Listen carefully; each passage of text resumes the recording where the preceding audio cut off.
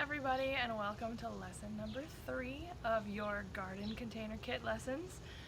Today the theme is going to be Thai basil. So that's what we're going to be talking about most. Let's get a close-up on the Thai basil right here.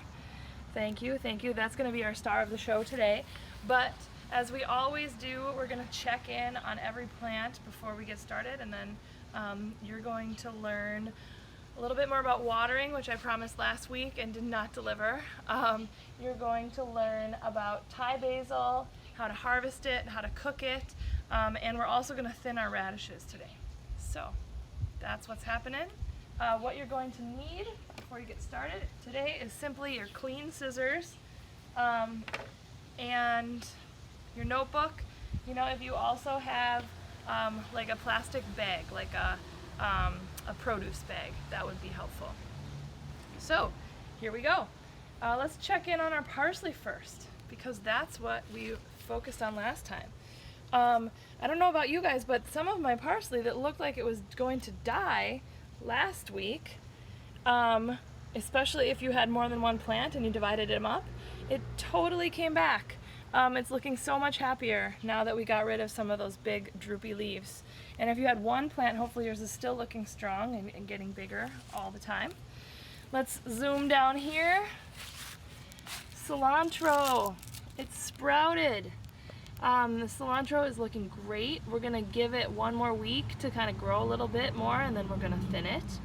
We're gonna skip the Thai basil now because we're gonna come back to it. Tomato plants, holy cow. Do you remember how tiny that was when we planted it? It was like this big. There we go. This big, and now it just shot right up.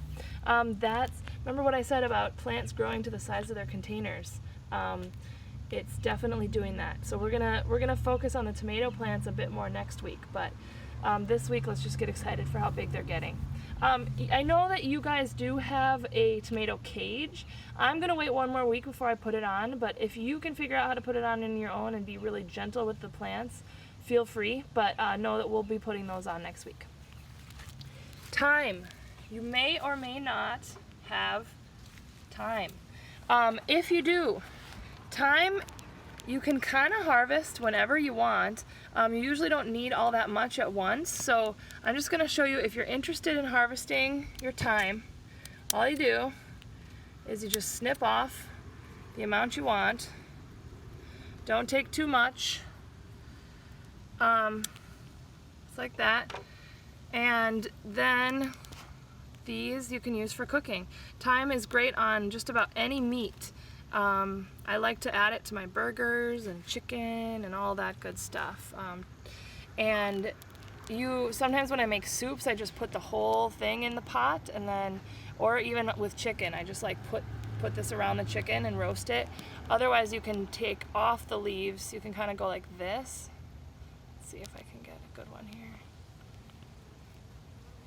You can kind of go like this and pull the leaves off the stem. If you're going to be sprinkling it in your burgers or other dishes. So thyme, if you have it, is delicious. It's growing well and it's ready to harvest anytime. And as I told you last week, plants grow more when you pick them. So your thyme might be happy for a little haircut. It might grow better. Okay? Then we're going to look at our radishes. Now we're going to spend a little bit of time here with the radishes. You can probably see some beautiful red stems this time. Your radishes might look like this, pretty well spaced. They might also look like this. This one's way too thick, okay? So we're gonna spend just a little bit of time thinning your radishes. Now all you gotta do is pluck them out, but what our goal here is your radishes need at least 1 finger between. So if any of your radishes are closer than 1 finger away from each other, if you can't fit your finger in there without moving the radish around, you're gonna need to thin it. And I know this is always hard for me to do as a gardener, because I'm like, I'm killing my baby plants. But trust me, if you don't thin them, you're never going to actually get food that you can eat. Radishes that are too close to each other won't ever actually turn into a radish. They just stay these like long skinny things. So if you were not planted too thick, you're gonna have an easy time of it. If you have a thicker planting like this one, you're gonna spend a little more time thinning. And you might just start by kind of plucking it just to reduce the volume here. It's gonna take a while, okay? But then you're going to need to slow down and look a little more closely and make sure that your radishes are 1 finger apart. So this is our thinning radish week. And notice that when I'm picking them, I'm keeping them here because these little sprouts are really delicious. But what you're gonna wanna do is cut off the stems, or cut off the roots. That part's not so delicious. Cut off the roots and then clean the dirt off. And then these little sprouts you can put on sandwiches or like top off a soup or a salad. They're really tasty. They have a little bit of spice to them, really mild spice that the radish gives it. So this is not done. This is what you want it to look like by the end. Be able to fit your finger between the plants without disturbing the plants. Okay? All right, so we already kind of have 2 little harvests. Now we're gonna move on to the Thai basil. Okay, so first I want to tell you a little bit about Thai basil. The Thai basil is in the mint family, and a characteristic of the mint family is that its stem is square. So if you feel the stem, you can feel that it's not completely round. It has kind of straight sides. It's kind of subtle, but if you feel it, you're going to be able to feel it's there. So it's in the mint family. It's a tropical plant, so it really loves the heat and it really loves the sun. If your plant is not doing that well, you might want to make sure, like, put it in a spot that's even sunnier. The Thai basil is just going to thrive in the sun. It's actually a perennial. And if you've ever heard that word before, perennial means it will come back year after year. But in Minnesota, people don't usually grow it as a perennial because it gets way too cold. So, but you can trick it. In order for you to grow Thai basil as a perennial in Minnesota, you can bring it inside. So having it in a pot is perfect. You can bring it inside, and then you just want to make sure that it gets in a really sunny windowsill. And you could actually make this basil last for until next year. But if you do bring it inside at the end of all this, you want to just make sure that, again, it's on a big plate, because when you water it, it could leak and get your family's table really dirty. Okay? Thai basil, the word for Thai basil in Vietnamese actually means cinnamon basil. So sometimes people refer to this as cinnamon basil. It has, and you can give it a little taste, it actually has kind of a cinnamony flavor to it.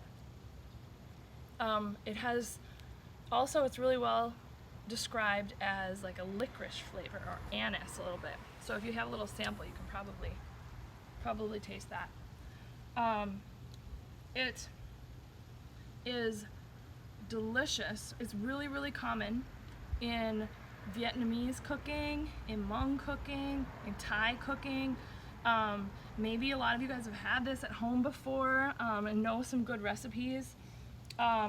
You'll see it a lot in red or green curries, in pho, in chicken, beef, or pork. You could even put it in a drink to make summer, like you can put it in some lemonade or some sparkling water to make it taste fancy and fun. Lately, I've even been like sneaking a little leaf or 2 each morning and putting it on my eggs. The flowers actually are edible.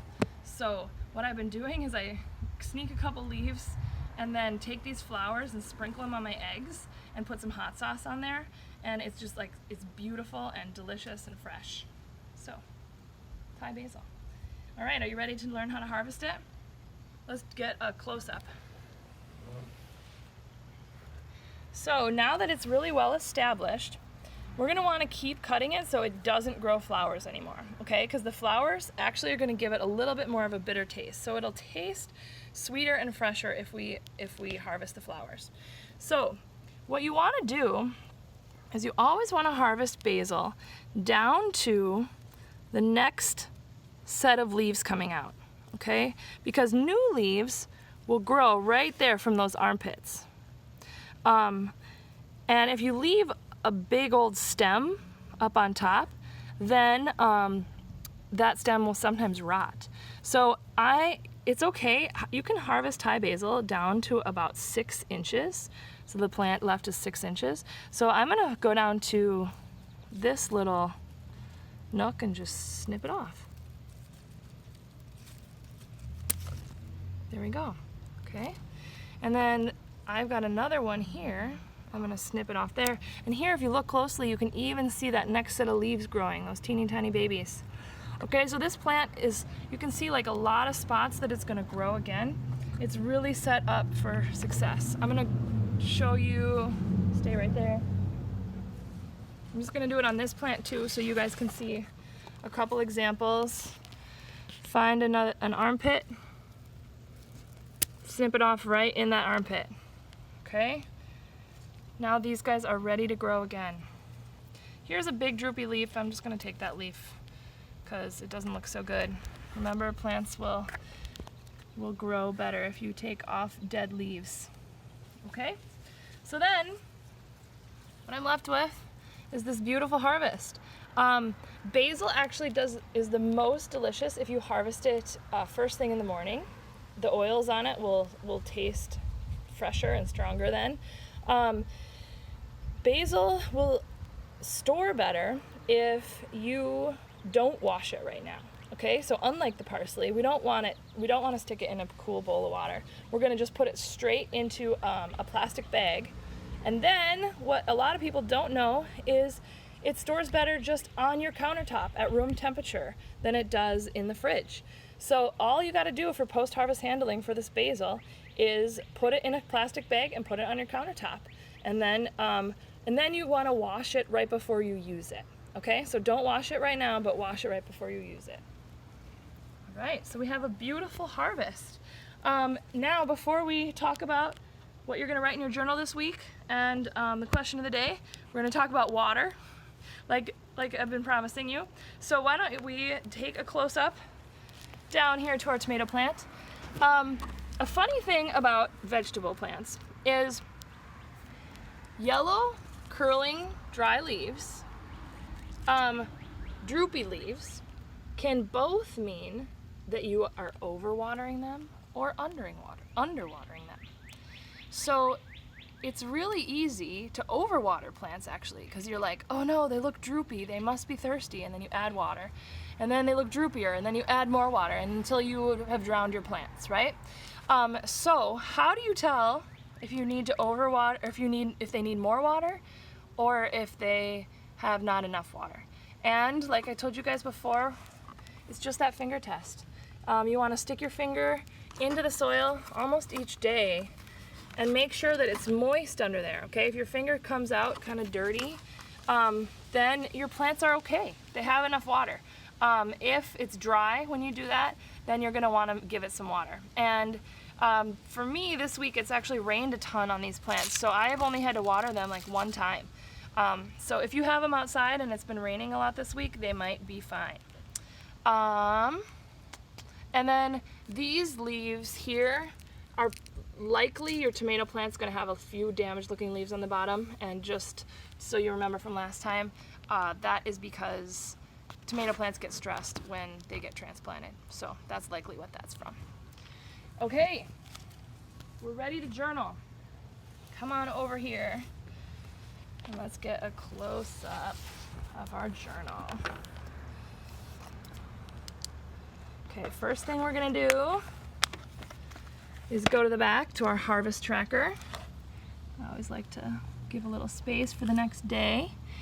For me, I should be a week or a few ahead of you guys. It's the 21st. I harvested some thyme. We're gonna say 1 bunch, BU for bunch. I'm making a little ditto mark that shows it's still the same date.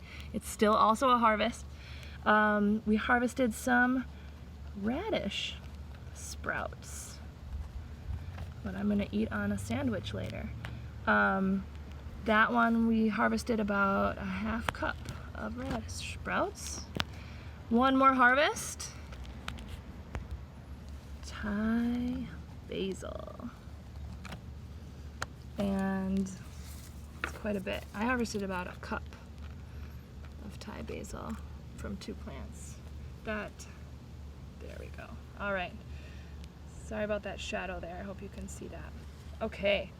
Then you're gonna go to the front of your journal. Gotta get out of the shadow. How's that? Is that gonna work? All right. Today's date. Now we're gonna want to record what's going on with each of your plants once again. So you're gonna say that like you harvested your thyme. Maybe it's looking a little bit, maybe it's looking like it needed a harvest. It looked a little scraggly. You're gonna wanna do that for your basil. Tell us all about the harvest. Record this for future generations. Stop going in and out.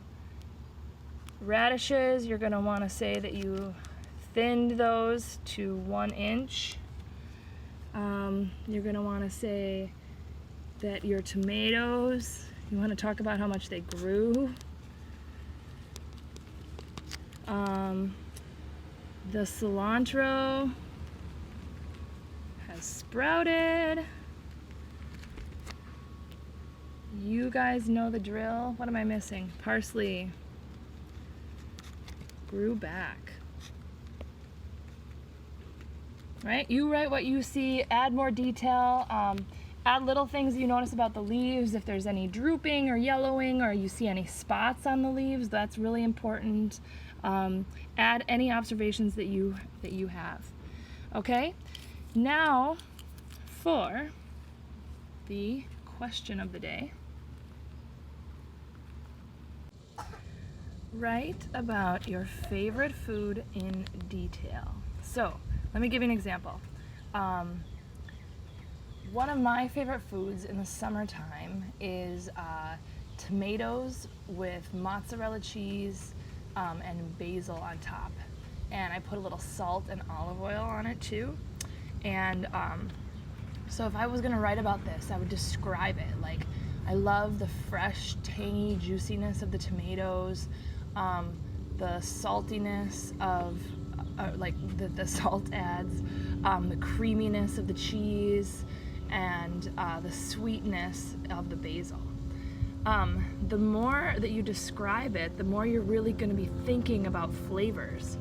And as a farmer, as a gardener, you really want to be thinking about flavors, because when you grow things, you want to be able to, you want to taste them, you want to decide what your favorites are, you want to be able to use the food that you grew, and you want to be able to distinguish between a plant that tastes delicious and a plant that doesn't taste very well. And practicing talking about your favorite foods and why you like them is going to help you do that. So that is the question of the day. Write it down in your journal. Urban Roots Youth, I'm looking forward to hearing from you. Library folks, I hope that somehow we can cross paths and I can hear about your food stories too. Thanks everybody. Have a great day and happy gardening.